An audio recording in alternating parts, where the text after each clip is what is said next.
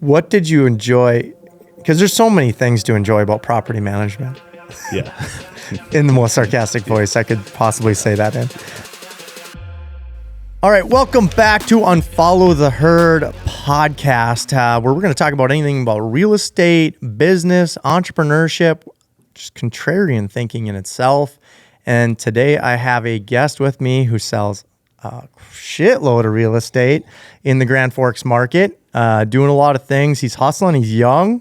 I'm inspired by how many people he already knows in our market. It's not that it's a huge market, but he does a good job at advertising himself, I think, and you're a good networker. So, good golf buddy, and right. Curtis Regan. Hey, thank you for coming on, man. I appreciate you. Happy to be here. Thanks for having me. Yeah, I'm pretty excited about it. Yeah. Well, what are you doing right now? Oh, right now, man, that's a big question. We're wearing this currently because we golfed together on Wednesday and we had a couple Bud Lights or Busch Lights. Busch Lights. Careful. Yeah, careful. We had a few Busch Lights, talked about some of our projects we're working on then. Yeah. We've got a few things going on. Don't want to get too deep into the details of some of that. We'll get a little bogged down. Yeah, no, we don't want details. I just want to know. So you're how long you been a broker? So I started, I suppose 6 years ago. I don't know if we want to go full back into the story of where I started, where, we can do that right now if we want to. I grew up in Crookston, Minnesota. Okay. 20 minutes from here. Went to the University of North Dakota. Bounced around degrees a little bit. Was going to be an engineer. Was going to be a teacher. Engineer? Me too. Yeah. How about that? Mechanical? Yeah. Yep. Oh, shit. Yeah, look at that. Finally settled into my kinesiology degree that I graduated with. It's basically just a fancy term for exercise science. So you drank a lot of beer in college? Exactly. We just tried to make it through, play some golf, drink some beer, and God, I wish I would have done that. We got through it. The plan was to go back to physical therapy school. Physical therapy. Yeah, that was. Jeez, you were kind of all over the board then. Yeah. How many years did you do engineering? 1, and then I took calculus. Yes, and did you go up to the air base? No, I probably should have. I might have passed it then. God, that was that's what I've heard. Yeah, they were talking like Chinese. I thought it was math. Yeah. No, this isn't math. It's learning a new language. Yeah, not doing that, so. Gotcha. So you left. So you were in the ME program, and I did all those classes. It was like building the little airplane. Of course, we're at UND, and start learning the different computer programming. A couple of programming classes, and you're like, oh, that was interesting. That was an interesting part of it. Yeah. Right? But it just wasn't for me. Yeah, calculus. I think I did 2 years, like a year and a half of it, and like I got to calculus 2, and I'm like, what am I doing? Yeah. Like, even though I'm out at the airbase trying to do all these in like 1 year. Yeah. And it still wasn't worth it. Yeah. It's like, I don't want to do this. I don't want to do yeah. And you start to shadow some people. You realize you're not in the field as much as you kind of thought the industry might be. Yeah. You're tied to a desk a little more than you hoped. And it's like, is this what I want to do? I asked myself, I'm into cars. Yeah. Like, cars are my thing, and it's a hobby. And I was like, I want to learn how to build cars. And then apparently you get into it. It's nothing about building cars. It's like building the screws and like how they go together. And it's like, no, this is terrible. Right. Yeah, this isn't. These aren't the details I wanted to be working on. This isn't what I want to think about. Yeah. So then you moved into kinesiology? Kinesiology. That's what I graduated with. Okay. Bachelor's in kinesiology. I took a year off while I was applying to physical therapy school, and I started leasing apartments at Dakota Commercial. And that's where it kind of all started. What year was this? This was 2017. Yeah, I graduated in May of 17. Wow. I started there.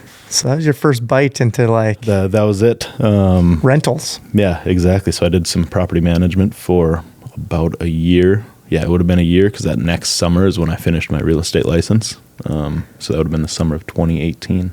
So where's the degree going right here? How'd the physical therapy application go? I don't know. Don't know where that degree is. It's you didn't get a call back? No. They didn't call me back. I probably wouldn't have answered anyway. Yeah. So. You put your handicap on the resume? Yeah. Nice. Like, how much golf do we play during this? Yeah, right. Okay. Cool. So then, you were leasing?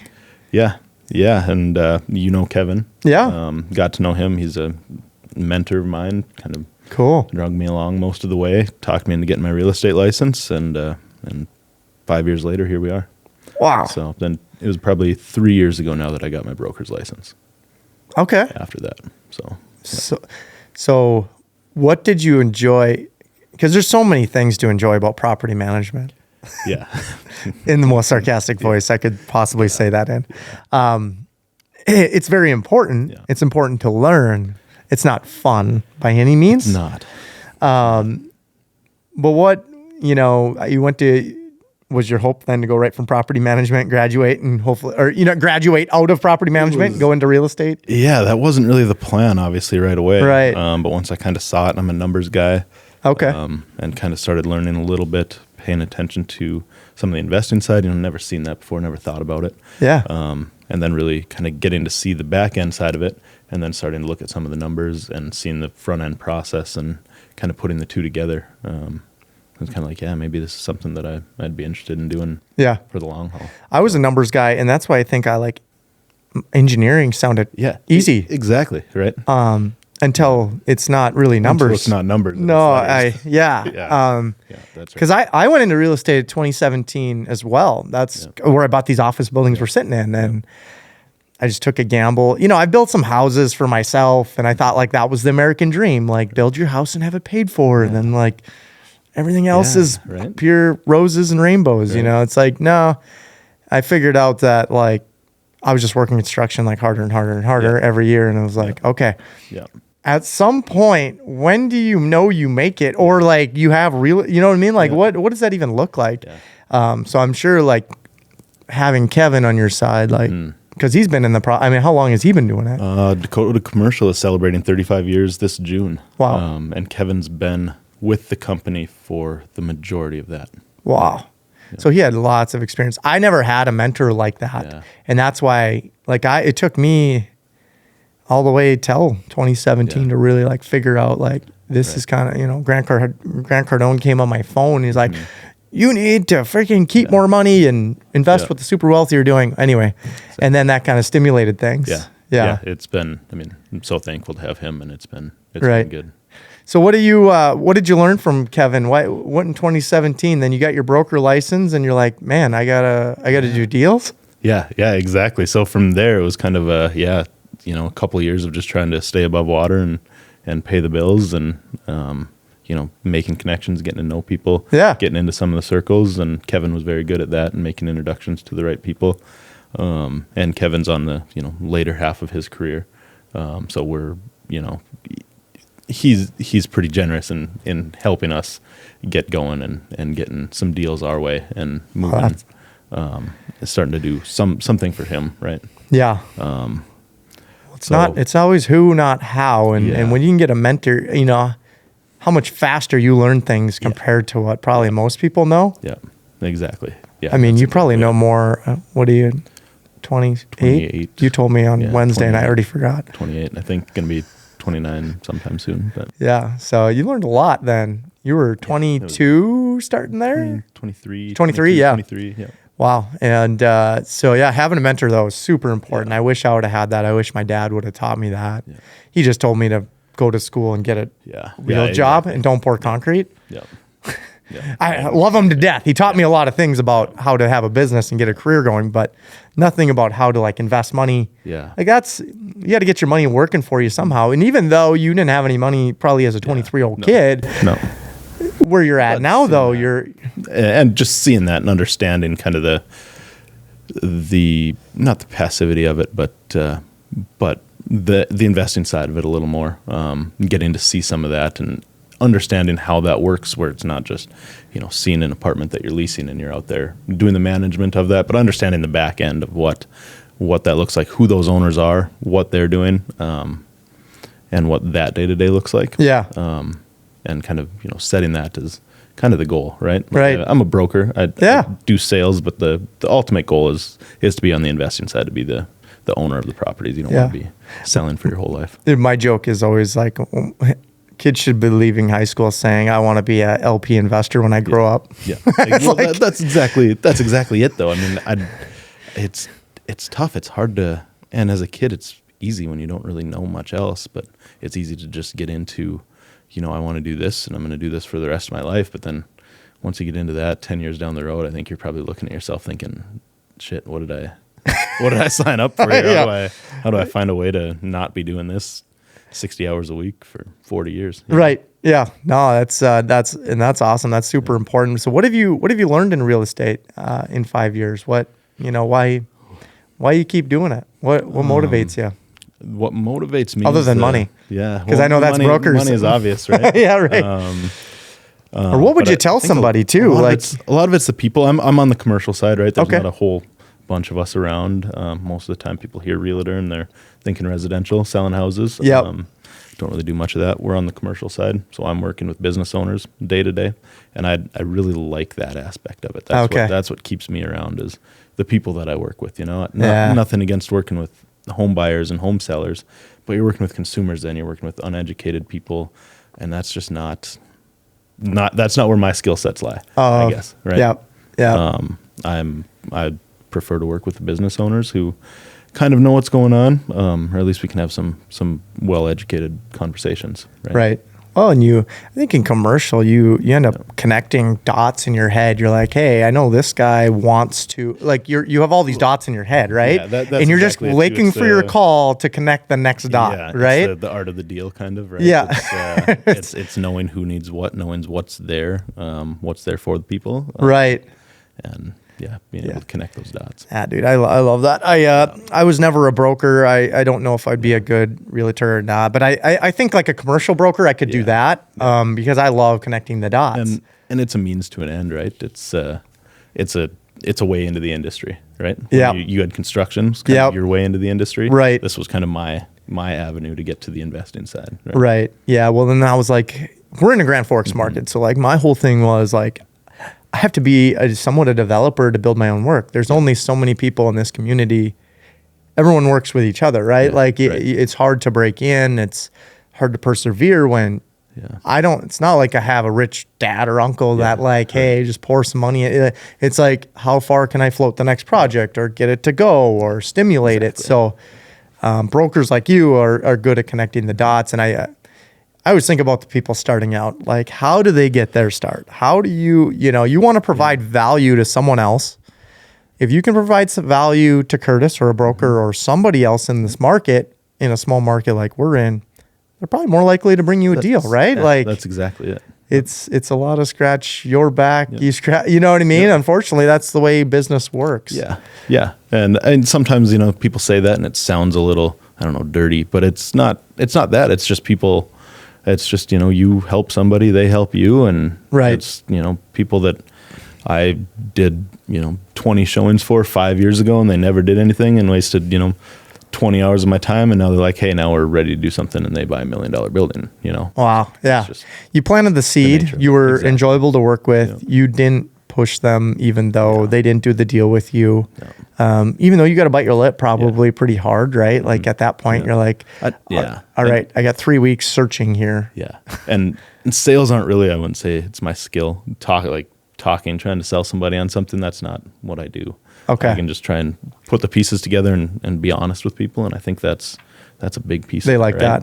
that. Just being upfront with people and saying, hey, this is what it is, not really pushing anything, not trying to sell anybody on something that shouldn't be there. But I think that's really important in like our market. You're not trying to hard pitch anyone like, here's the deal. It's like, just, hey, here's the deal at itself. Here's what I see is good and bad. Yeah. Transparency. In Grand Forks market, that's exactly it. There's so much of that. If you go and look at commercial brokerage in big cities, it's a totally different ballgame than what we're talking about. Yeah, they have buddies who they pitch their deals and they're biased to only buy from these. It's just what works for them. But in these smaller towns, you got to be transparent and working with good brokers. It definitely helps. We've talked about, we haven't done a deal yet together, but we will. And it'll happen. I'm in the development space because I like to build work for my construction company, and I kind of like to build boring assets. See, you like strip centers. You know what I mean? Like that's the tenants you work with. Yep. Where I don't really like that. Yeah, I mean, exactly. maybe I will. Maybe you'll talk me into it one day. Yeah, But well, I'm kind of phasing myself out of that too. That's not really, I'm learning that one too. That's where you start though, right? Those are the calls you get when you're starting out. That's kind of the retail smaller tenants are kind of where the low hanging fruit are. You know, where you can keep yourself busy, right? Yep. But I'm learning that I really enjoy the industrial sector. Okay. That's pretty limited in Grand Forks, obviously. Yeah. It's pretty small. But I really enjoy working with those clients. And then multifamily, of course. Yeah. Always need somewhere to live. Yep. And in a recession, if you downsize, you always need somewhere to store it. Yep. You know, there's my two asset class. Pretty boring, but it seems to work through recessions. Boring seems to be a theme in real estate. And that's an okay thing. But I think industrial did explode. I mean, it already did. People are buying packages online. You know, it's just like e-commerce is getting bigger and bigger and bigger.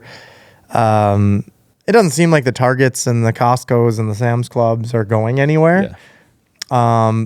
But people are storing a lot of product. I don't know why the industrial space is just absolutely, other than e-commerce, is booming. Yeah. But yeah, no. So what's the intention with Grand Forks? Where are you headed next then? So you're a broker now for 5 years? Broker now. I think kind of our next step for me and for Dakota Commercial, we launched a new brand last year. And I know I said I don't really do homes, and that's not really my goal. But we launched a new brand called Dakota Home. Okay. Where we're starting to delve into that residential side a little. Yeah. Just kind of seemed a natural transition for us from where we were and our next steps. If we're looking at expansion, looking at different things to do, this was kind of one of the things that we targeted and said, you know, let's go after this. Cool. So we got that brand going. Obviously the market's been a little up and down since then, so it's been a little slower, and we've had enough other projects going on where we haven't been too intentional about tackling that since we launched it. But we're coming back now, and we're making a little bit of a push, and we're gonna get that rolling. Between Kevin and I and Dwayne Wages in our office as well, a couple of us, we have the experience there. Then we have Lauren, Kevin's daughter, who's coming in now. Just got her license, and she's awesome. Focused a little more on the residential side of things. Okay. So we've got the experience, we got the systems in place, we have a great back end team with our managers, our CFO. Everybody there is just so great, and we have the right team to make it work. So we just need to start actually making the push, and we're bringing in hopefully a couple people here soon. And wow, so you're expanding into homes, residential, and I think residential is still like an important sector to hit. I mean, people come and they go, and there's constant revolving. What you'll find in commercial, which I don't know if you find out, it's lumpy. Yeah, it is. You don't know your next payday in the commercial sector. Like you don't. Yep. Like in the residential, it's probably I'm sure it's a little lumpy still, but I mean, I bet you it's a little more level. Steady. It is. Yeah. It So I could see why you'd want to do that, and they complement each other. Yep. When one's booming, maybe the other one isn't. That's exactly it, right? And it was, to just add that branch to what we do was a pretty easy transition. So right. It was a good. You probably didn't add much for overhead. Yeah. Had to just maybe utilizing the people you have more. Yep. A little more marketing, and some new branding. That was, a new website. That was really the expenses that went into it. So yeah. Wow. Well, when you can roll something out with that kind of overhead, I think it can be profitable for sure. Yeah. So what, I think I talked about this, but what would you tell somebody if they were just starting out in real estate, or maybe someone watching this that wants to get into the Grand Forks market? Like, what would you do different? How would you approach it any different if you were to, or what are some things that you learned? I guess there's kind of two sides to that, whether it's we're talking the brokerage, if we're talking investing, right? If it's the brokerage side of things, I think the big thing is you got to find someone who knows what they're doing. You got to find a mentor, and you got to be willing to learn, and you got to be willing to work for a little while and know you're not going to make much money. It's going to take a year or two until you're really, even that, before you're really rolling and kind of stabilized. So you need to be prepared for that. Is that like a couple years? Yeah. Couple dry years going ahead of you. That are a little slow. This is like college, but in action. Exactly. Yeah. But they don't give you loans to do it. And they don't give you loans, and you're going to use your phone a lot. Yeah, exactly. Yeah. I think just finding a mentor is the big thing. Yeah. Right. Yeah. The investing side, I think you just got to start doing it. I think you got to pick what you're going to do. If you're going to do it, I think you really got to commit to that. You can't, I don't think it's something you can, a lot of people say you can do it part-time, and you can, but it's, if you want to do it, I think you really need to just commit. Are you just investing in your 401k then, or all in real estate? Yeah, all in my 401k. That's it. Just maxing that out and then buying boats, right. you know. Well, it's funny in real estate just how much differently. I always get kickback. Not really, but I always kind of have bag on the 401k a little bit because it's a boring model. There's still fees. People are just like so upside down. Like that's the only way that, because their parents are telling them, oh, put it all in the 401k and let it grow naturally. It's like the hedge funds are making zillions of dollars literally on all these people's 401ks. And then you get into real estate investing. You're like, wow, as a broker, I'm a business. I'm my own business. And then I do real estate. Well, then you get all the real estate benefits of being a real estate professional. Exactly. The tax benefits are pretty much for real estate entrepreneurs that own businesses.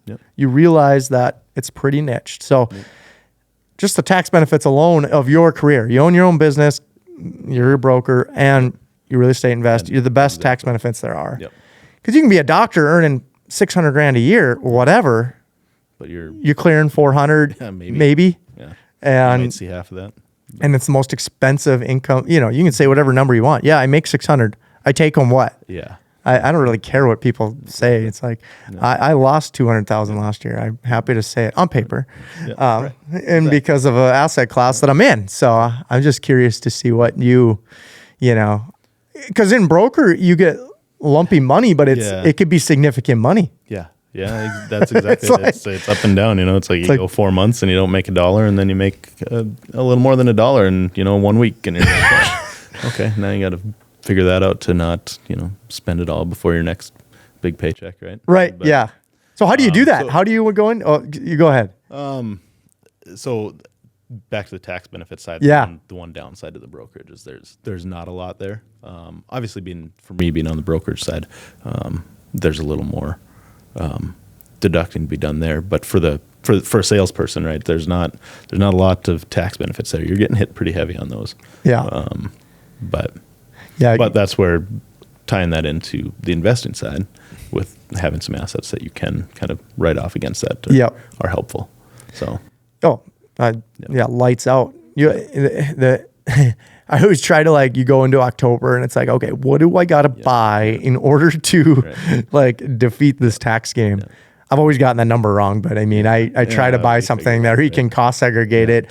And you just learn the game. I mean, it's literally a game. I find it as literally a game that I'm just trying to defeat. Yeah, and that's why we get a little heavier on the cold calling ourselves when it comes October. It's like, hey, you got some money you got to spend. Oh, gotcha. Hey, some stuff. God damn, I gave you all my secrets. That's why you call me in October. This deal might not have made sense a few months ago, but now if it's going to save you this much this year, maybe not getting the best deal on it makes a little bit of sense. Yeah, and I feel like that's the broker in me talking, not the investor. You are a broker, Curtis, so you're just doing your job. This is what you do. But the misconception that buy real estate for passive income and appreciation, and then it's kind of a gimmick if you ask me. It's you call in October because we're playing a tax game. We're getting, if I'm a doctor, whatever, if let's say my tax liability was $200,000, I know that I need to buy almost $1 million piece of real estate to wipe that out as I do now. But that's why you're calling people. That's the gain. I'm keeping $200,000 more in my pocket this year if I didn't buy. Do I care that it cash flows? Do I care that? No, that's why everything's exploded in value. Everyone's buying for tax. It's like most things don't really pencil all that good right now. Yeah, it's tough to find the good ones right now. That's for sure. You got to dig hard. Not saying that you're not buying for cash flow in the long term, but in the short term, this is a tax play. You need businesses, you need things, you need to be a broker, you need to be able to generate revenue. Don't think you're just going to go take down a real estate deal and get rich. It's get rich in the long game. Exactly. And probably Kevin will be the best. I'm sure he's told you that. It's when you get to your refi events at 5, 7, and 10 years is when you like really start feeling the benefits. Yeah. Then that's when the game takes another step. Right. Yeah. So I've learned so much in that. So where else are you going? You got the home thing. So is it building that up into a revenue source? And I think as Dakota Commercial, always kind of been branded as one of the go-to companies for commercial real estate. Yeah. And I think the goal is to take that same approach going forward, right? We don't want to build a massive team with, 30, 40 agents, but we want a couple of really key core ones that are the best at what they do. Right. Yeah. I'd say that's a fair statement. I'd say if it's in Grand Forks, you're getting a call or at least know about it. The bare minimum, right? Right. So it's good to know. But and so if someone's looking to get into real estate, your broker, you have too many deals or not enough deals right now? It's hard to say not enough, or it's hard to say too many, I should say. Has it gotten better? We always want more. Okay. But, we've got a lot that we're working on. I'm starting to try and tie myself into some bigger projects along the way. Cool. And put more time into that. So personally, I maybe have too many of the littler ones coming in right now. That's kind of why we're looking to expand, right? Okay. Get a couple more agents so we can. So little ones being those things. Duplexes or small or small retail leases. Okay. I don't want to. I mentioned I'm trying to kind of get out of the retail side of things. I don't love doing the retail leases. Oh, okay. I'm just not my skill set. And you're talking retail would be just like Hut or a Chipotle or whatever the heck is a new tenant coming in. Gotcha. Because that's just not worth your time. I mean, they want us to do the development. That's a different conversation. But there you go. Calling me and they're like, hey, we want to lease this. We need this much square footage. What are the 10 spaces you can show us? That's just not. Yeah. I've done enough there to learn what I need to learn, and I'm kind of ready to take the next step and help someone else take that next step and start learning those, right? Good. So bring someone in. So there you go. If you're looking for a job, Curtis is always hunting for good, motivated salespeople who want to grow themselves in real estate. Look at that. Right. We got a enter resume below. Yeah. We'll have to link this below, Jim. Link in there. Throw my email on there. Give me a call. Yeah, there we go. How do we find you? You're not on social media like I am. I'm not very active. I'm going to get you going there. You were uncomfortable even doing this, but we're fine. We're good. That's kind of. I offered you tequila even, and you didn't take it. Almost should have done the tequila shot. Can we? Is it too late for that? We can. We could pause. No, it's just kind of been. I don't know if it's the nature of Grand Forks or if it's just how I am. Not really that anxious to put myself out there too much. Social media, I've just never, in our market, it doesn't seem to have that much of a benefit. Just in Grand Forks is what I mean. So yeah, I don't have a huge presence there. It doesn't now. It might in 5 years. That's because the age range that you're working with is probably the people who don't use it. And if you ask Shar, our marketing director, or my wife, they're both always pushing me like, hey, you got to be building your social media following. I'm like, I'm just not. Yeah. It's just not what I do. I just don't, not to say that I do things quietly. It's just not, we're not out there projecting too much. And I don't know. I don't really have a good answer for why that is. It's just not, it's been. Well, when you want to get known as the guy, let me know. Yeah, I'll help you on the social media side. Grand Forks is such an easy market to dominate because no one else is doing it, especially like what I'm doing. It is true. Well, you got to like remove the self-doubt and the judgment. Right. In our market, it's just uncomfortable. No one else is doing it. Right. Like, is it acceptable? I think I am helping people. Seems like people reach out. Absolutely. But yeah, don't age yourself too quick. I think you could dominate. It's the younger thing. It's only the younger age group, and I mean, 30 years from now, I'm gonna be like, shit, I should have started that. Yeah, I should have started my damn TikTok account. Yeah, right. You don't. Right. Well, you got big news too. You shared with me on Wednesday that you and your wife. Oh yeah, we're expecting. He's probably like, what big news? What big news are you talking about now? First little girl coming in September. Really excited about that. Yeah. It's going to be a definite game changer for us. So all the more reason why I need to find another agent or two to help me out while I'm on daddy duty. Is this the hiding motivation?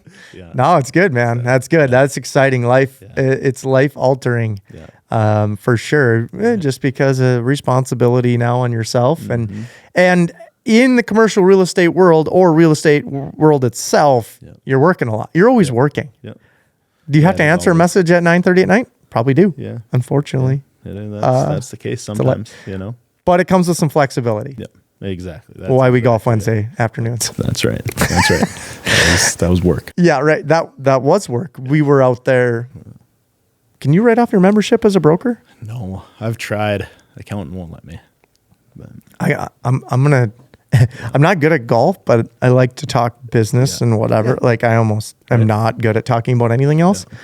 So I'm gonna try and monetize my golf out there at the country club and like see if I can get like 3 entrepreneurs that want to go golf with me and charge them like maybe $150 a piece. Sure. Yeah. Hey.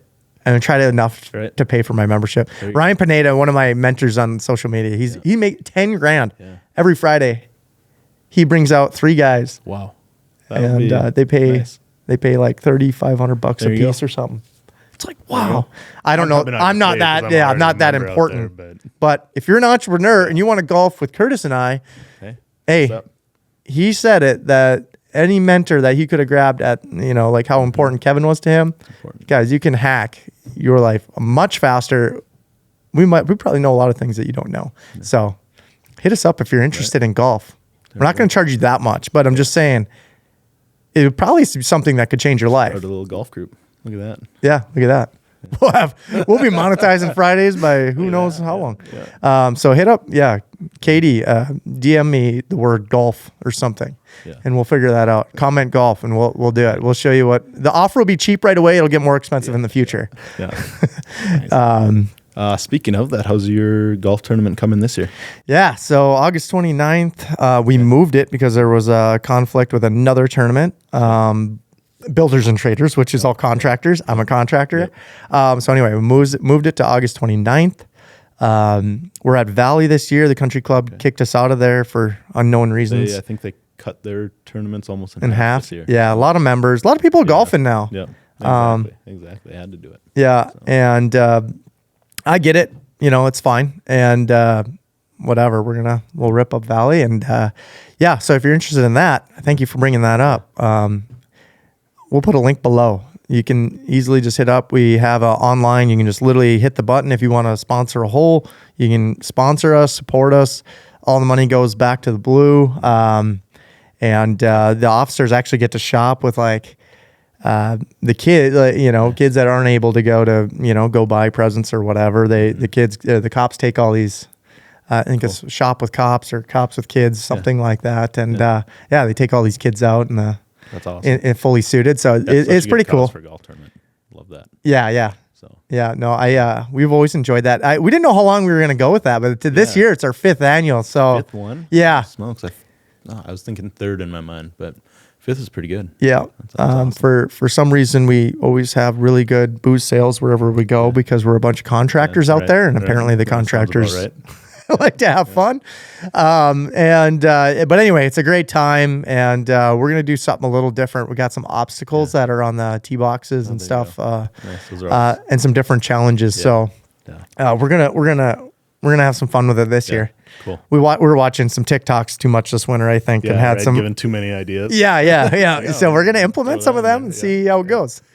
All about monetizing for a good situation and a good cause. So I'm excited about that. Right. So let's talk about the future a little more. I want to go a little bit further out. Where do what's in the 5-year vision for yourself? Oh man, that's a loaded gun question. But what do you? Where do you want to be? Man, I want to be doing more of what I'm doing now. I want to bring in, keep building the team that we're starting to build here. Yeah. And then myself, I want to get a little more into the development side of things, and I want to be doing more of that. More on the principal and developer side than on the sales side. Yeah, so. That's awesome. And so always just takes creative mindset. Like real estate, it's always a puzzle. Yeah. Like I said, we were connecting the dots earlier, but it's like, I always you can get any deal done. Yeah. It's just how creative can you get? Yep. And that's what I love about it too. It's really fun in our market too, because a lot of the people aren't really willing to get that creative. So you got to kind of push them and you got to educate them a little bit. Right. It's fun whenever you drop like a seller carry or owner finance word out there. And oh yeah. What? And then you explain it and they're like, that might actually work. That's kind of something that makes a little bit of sense. Didn't know you could do that. And it's like, oh yeah. Yeah. I love it, man. Yeah. And you go to a boomer who's 70, who's selling his apartment building or his whatever he's owned for 35 years, managed it himself. It's most likely terribly managed and under market rents, been paid off for 12 years. Yeah, exactly. It's like, gosh, why didn't you tell me you had a 3% loan 3 years ago and I could take that over and I could give you that amount of money. But now you're going to sell or carry. I've been doing principal only, because some deals don't even making sense if you're charging right. Exactly. Because usually in a seller carry, they would get a high interest rate on it. But people are so stuck on price that you have to get the terms better. Yeah. So if you're, that is the nice thing about real estate. Yeah. You can always make it work one way or another. If prices are high, there's still deals to be made by working the terms the right way. Right. Whereas I guess in the stock market, you get the price you get, right? Do you do anything in stocks? Not a lot. I got, some stuff, but nothing. Robinhood? Nothing that I pay much attention to. No, just a couple 401ks and one or two other brokerage accounts that just. Yeah. I got my system, the things I buy, and I just kind of keep it that way. Okay. Turns out that I like to buy real estate. I like to buy REITs as well. Oh, you do? Yeah, the real estate just makes sense to me, so that's what I buy. But God, you're really boring then. Yeah. It's funny. One of the big REITs I bought, or that I've had my eye on for a while, and I've had shares of. Actually, just bought a building in Grand Forks. I was looking really? At the county Did you help him with it? No. I looked and I was like, this is a weird name of this ownership group, and then I Googled it and it pulled up that stock. It's like, oh, sweet. So what do you see that REITs? You don't see that in Grand Forks very often. No, yeah. Coming in and buying really anything here. Right. What do you see? What are the REITs buying? Because the REITs seem to have bigger knowledge than even you and I. Multifamily is still kind of what we're seeing a lot of them.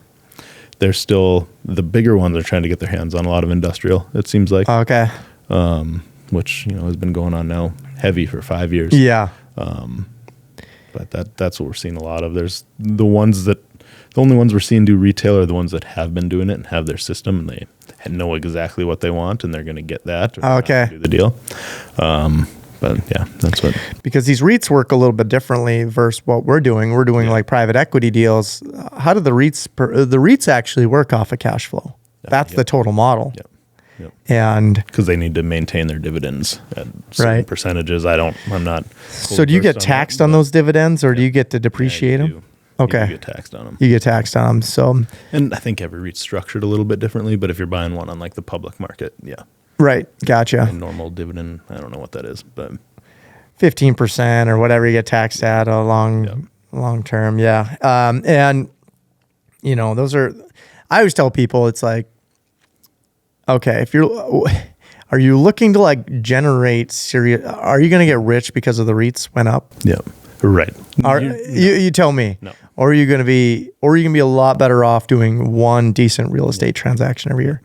It's a lot different. Yeah. Because you get all the benefit. The problem with the REITs is you only get a dividend. Yeah. It's a pure dividend game. Exactly. It's a cash flow thing. Yep. It's a security, but you're also taxed. It's income. It's a side hustle that's working on its own. Yep. Yeah.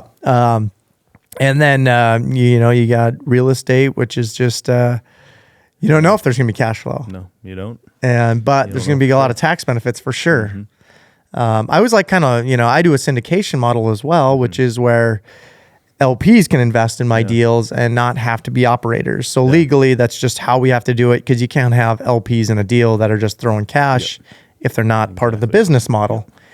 So that's why I've done Mac Capital and some of the syndication stuff I have just to let the doctors, attorneys, so they can feel all the benefits of the real estate instead of just doing a REIT and not add to their tax problem. Yeah.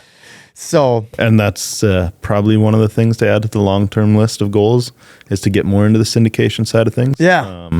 So obviously that's a little more scalable than just doing your own developments, right? Yeah. Or having just a small group. Right.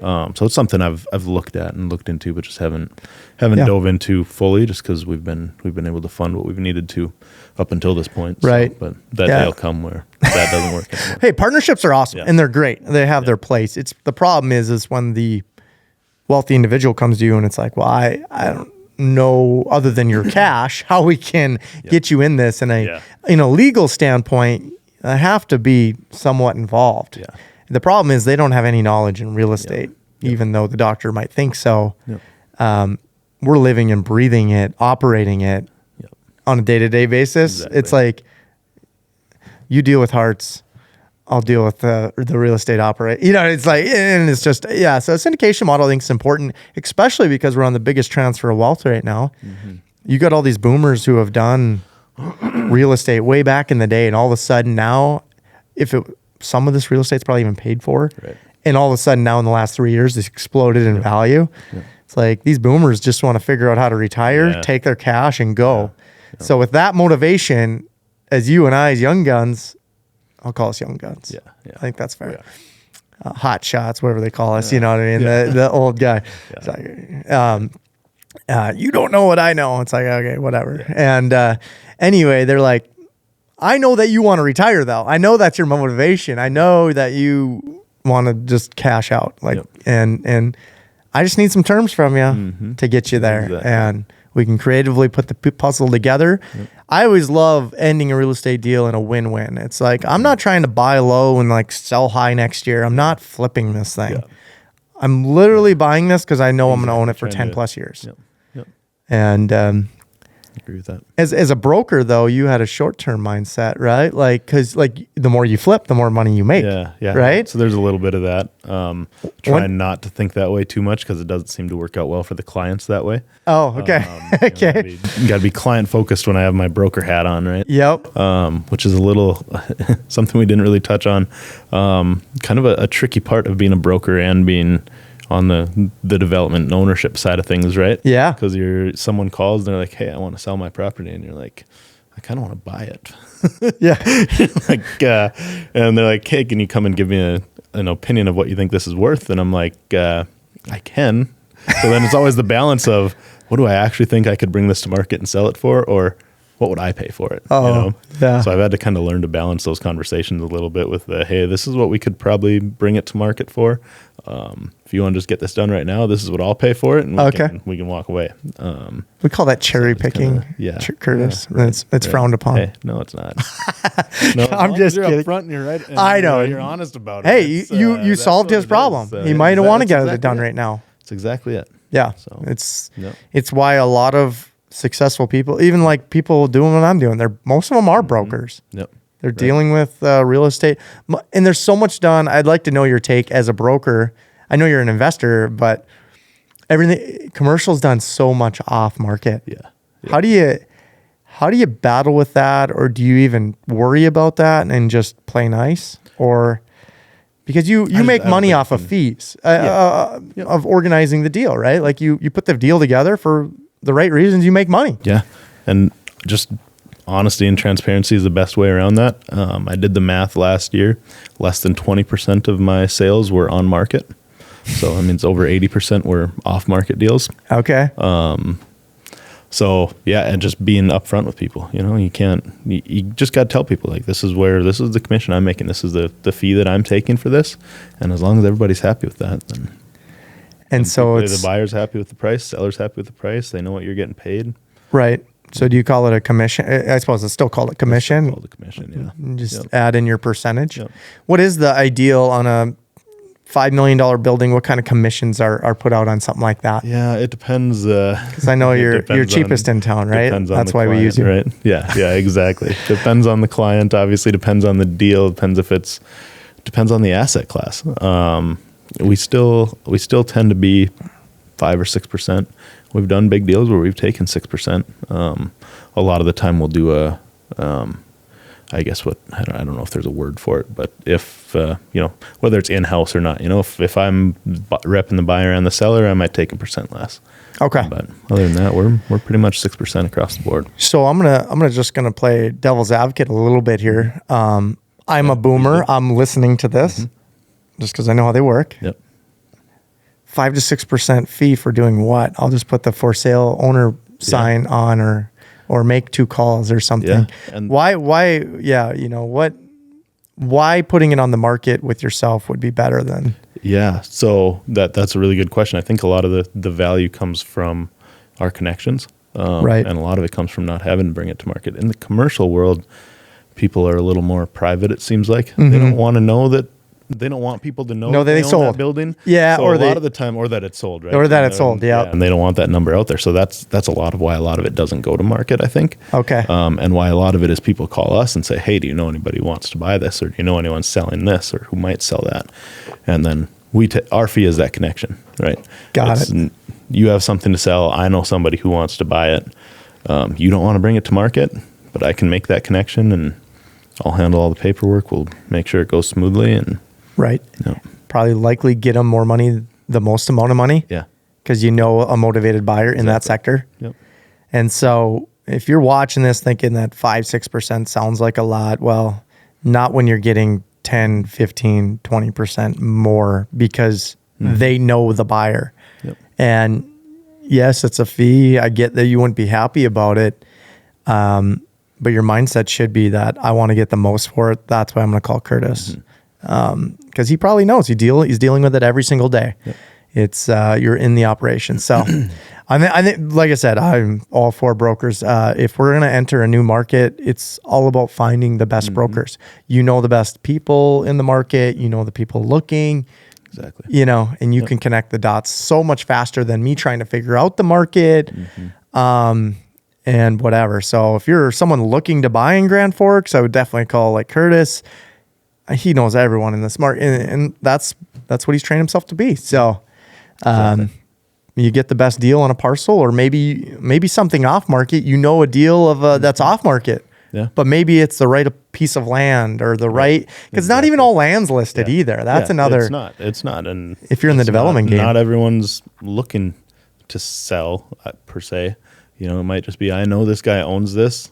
Let's see. Right. Let's see. Right. See if he'd sell it. Yeah. No, that's awesome. I think it's super important to be using brokers, and especially if you want to get the most or have the right connections representing you. So let's see. Where should we go now? I was thinking about this. Where do you think the real estate market like locally here? I think that's always a hot topic. I had Brandon 𝗨𝗨𝗵𝗱 on here before. We talked, not at length about that, but just we talked about that, and it's important. He's got a lot of motivation to grow the town. Yep. Seems like the town seems to fight back a little bit on growth. It's aggravating, but and it's a freaking topic that like, why is Fargo's an hour south? Why is it booming there and not here? What are they doing differently? Yeah. Why? How can we get there? Yeah. That's kind of the path to get there. Yeah. Yeah. But do you see, that you've been in the market here a long time now. Yeah. Where do I see it going? Well, where do you see it going? How are we going to get there? I think we're just going to continue to see this steadiness that we kind of see. For better or worse, we are a very, very steady market, right? Almost boring, right? Classified. Yeah, yeah. So I don't see that changing.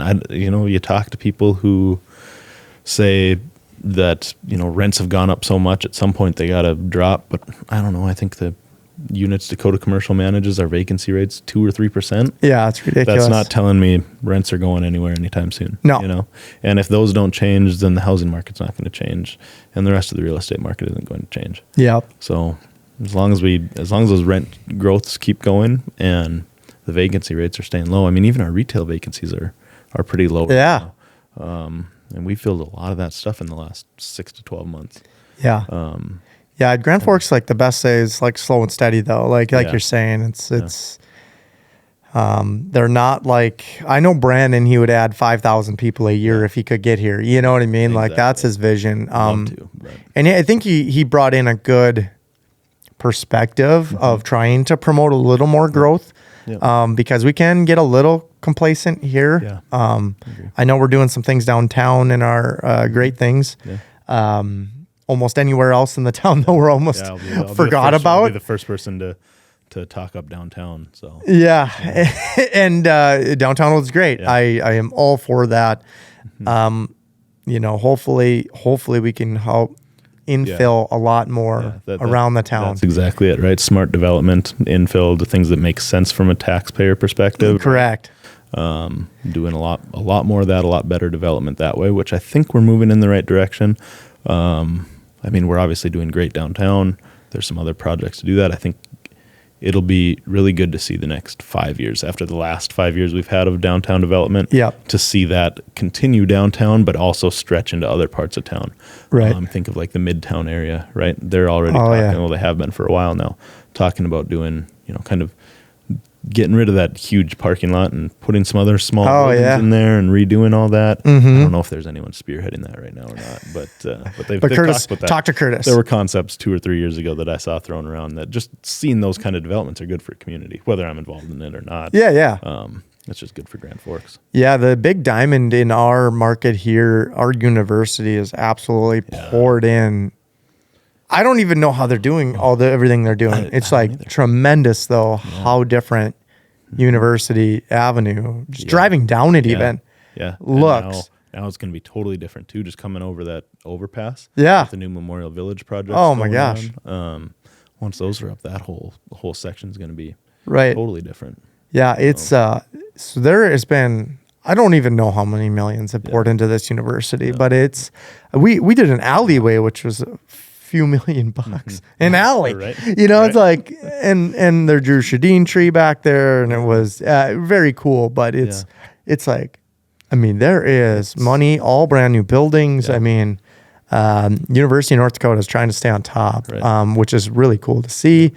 The multifamily, now they're third party and all the multifamily with Memorial Village and all these beautiful complexes going up. So I think they're seeing students don't really want the dorm life anymore. They're just more wanting that apartment style living. So they're trying to find a way to bring that closer to campus and kind of. Well, it seems like make a development out of it, right? Right, and it seems like UND is now. They used to run the dorms. You know what I mean? The dorms, old crappy building you'd stay in with 3 roommates that you hated or whatever, and. Just like the city and most municipalities, I think they probably learned that they're not landlords. They shouldn't be in the landlord business. No, and they all right, too much focus on trying to keep the kids happy in these dorms. There's so many remodels. You gotta manage the properties. Let's just focus. Right. Let's focus on that. Focus on education, and I think now we're like the number 5 university for online in the country. Which means that not all the students are here, but I think we also have a lot of really good industries that are required to be here. Our aviation, and getting into UAS. I think UND is set up to do really well. They've done really good with the online, like you said, right? But we have those core areas that we need to keep students coming physically to campus. That they'll kind of complement each other really well going forward. Yeah, I just see the innovate. You can already see it. Memorial Village, all these buildings going up. They're the shining star in Grand Forks right now, and Grand Forks is fully supportive of them. Just keep. It's going to keep growing out from there, and hopefully keep growing the town. I think as it grows as well. So it's they've done a good job, and hopefully the town keeps growing, keeps supporting development. I think it is needed. Not only downtown, but everywhere else, and keep up with the times, because if you're not going to keep up with your times, you're going to start dying, and we do not want to see that in Grand Forks because. And I think we're getting better at that. I think we are. Good. So 5 years looks pretty bright for you. Yeah. I told Brandon he's taking another term. Yeah. I wouldn't mind seeing that either. He's been good to watch. It was he's a good leader. He is. Yeah. The town, he gets a lot of backlash, but he's just trying to do good things. He moved here for a reason. His story was awesome. If not, go watch his podcast. It was on here. He lives and bleeds freaking Grand Forks. Right. The best for our town. That's all he wants. So it's pretty cool to see his motivation towards that. Playing professional hockey for 15 years or, whatever. It's like, All right. Yeah, I'm all for you, man. I'm right Yeah. behind you, rooting you along. So Yeah. that's cool. Well, let's wrap this thing up. I got, I guess, my last big hoorah question for you is, what does unfollow the herd mean to you? Oh, I was unprepared for this one. Most people are. So Yeah. So to me specifically, I think we tie it back a little bit to I mean, my industry being almost having a bad reputation of being salespeople. Okay. Being really pushy, being really salesy. And I think unfollowing that herd is just being honest. Just being upfront and kind of changing the face of that, right? Not being out there jamming things down people's throat, but just trying to just bring the right fit to the right people. And actually adding value and not just saying you're adding value, you know? Yeah. Anyone can say they add value without genuinely telling them the roof's bad on the building. And, we probably should negotiate this. So I love that, man. No, transparency is a big, it's an issue if you're not transparent with people, and people will see through it at the end of the day. So I love that. Thanks for jumping on here. Thanks for having me. Yeah, we'll follow up with this. Yeah. You got a 5-year vision. I think that's pretty big. We're going to drop the residential sector. But if you're a realtor in town looking to team up, I'd say get a hold of Curtis. We'll link his email below. You can get a hold of him. He's not on social media yet, but we'll get him there. Yeah, I am on social media somewhere, but don't reach out. I probably won't see it. So email, phone number, that's all the best ways to get to me. So let's go. Appreciate you, Curtis. Thanks for being on, man. Thanks, buddy. Yeah.